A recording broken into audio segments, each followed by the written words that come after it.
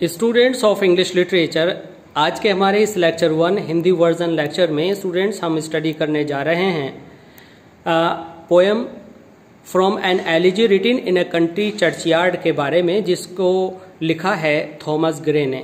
Students, Thomas Gray का जन्म 26 दिसंबर 1716 में हुआ और इनकी मृत्यु 30 जुलाई 1771 में हुई।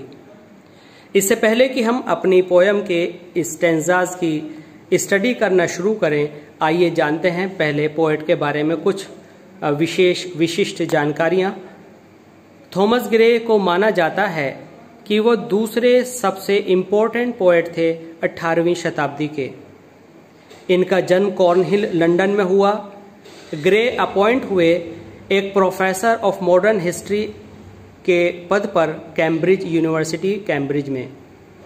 ग्रे इतने क्रिटिकल थे अपने बारे में, इतने स्व आलोचक थे, अपने बारे में इतनी आलोचना रखते थे, इतनी बारीकी से सोचा करते थे और वह इतने भयभीत रहते थे कि उन्होंने अपने पूरे जीवन काल में 13 कविताएं ही लिखीं।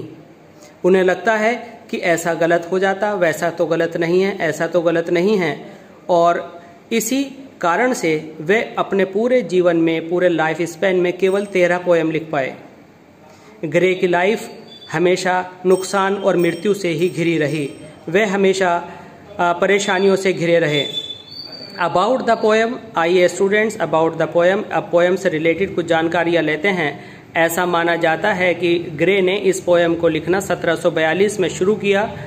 ग्रे ने यह महसूस किया कि यह पोएम बहुत ही गैर ज़रूरी है, अनावश्यक है और ये कभी सक्सेसफुल नहीं हो पाएगी, लोग इसे अप्रिशिएट नहीं करेंगे।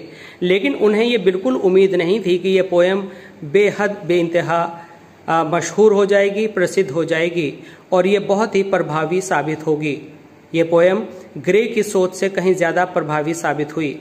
इसकी राइम स्कीम ए बी है। ये ओरिजिनल पोएम 32 स्टेंजास के अंदर लिखी हुई है, जिसमें 4 लाइनें हर स्टेंजा के अंदर हैं और हर स्टेंजा के अंदर rhyme scheme A be the गई है। ये पोएम बहुत सारी थीम्स पर आधारित है, जैसे कि होपलेसनेस का मतलब है निराशावाद, वैनिटी ऑफ लाइफ, जीवन का दिखावा, जीवन का पाखंड, नाइट, जीवन का अंधकार, दुख और दर्द, सोशल ऑर्डर, समाज की मान्यताएं, और रूरल लाइफ एंड डेथ, ग्रामीण जीवन और मृत्यु। तो आप देखते हैं कि सारे ही तत्व एलिजी वाले हैं।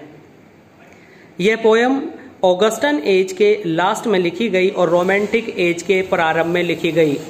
स्टूडेंट, ये जो पोएम है एक एलिजी है, लेकिन ये एलिजी अपने थीम को लेकर है, अपने फॉर्मेशन, अपने रचना को लेकर नहीं है।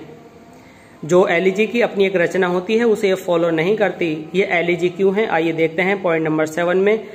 यह पोएम सिमिलर है अपने कंटेम्प्रेरी समकालीन ओड्स के, जो ये ओड्स की तरह से लिखी गई है, बट इसका जो मेडिटेशन है, जो पोएट ने ध्यान केंद्रित किया है, वो ध्यान केंद्रित किया है मृत्यु पर, और मृत्यु पर ध्यान केंद्रित होने की वजह से इसे एलिजी कहा गया। स्टूडेंट्स, इस पॉइंट नंबर 8 में आप जानेंगे कि ग्रे ने इस चर्च यार्ड से रिलेटेड पोएम में an elegy रिटिन in a country church yard में चर्च से रिलेटेड बहुत सारी ऐसी तस्वीरों को, ऐसे दृश्यों को उठाने की कोशिश की है जो कि इसे एक एलिजी बनाते हैं। तो स्टूडेंट्स, ये जाना आपने, कुछ इन्फॉर्मेशन, कुछ जानकारी ली जो कि आपको कॉन्टेक्स्ट में बहुत इम्पोर्टेंट रहेगी।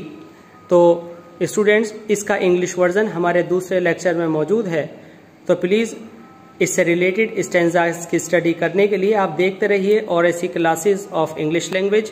प्लीज़ सब्सक्राइब कीजिए और शेयर कीजिए, और किसी भी सॉल्यूशन के लिए आप कमेंट बॉक्स में लिखिए, या कोई भी प्रॉब्लम है तो उसके बारे में जानिए, उसको पूरी तरह से आप तक पहुंचाने की कोशिश की जाएगी। धन्यवाद।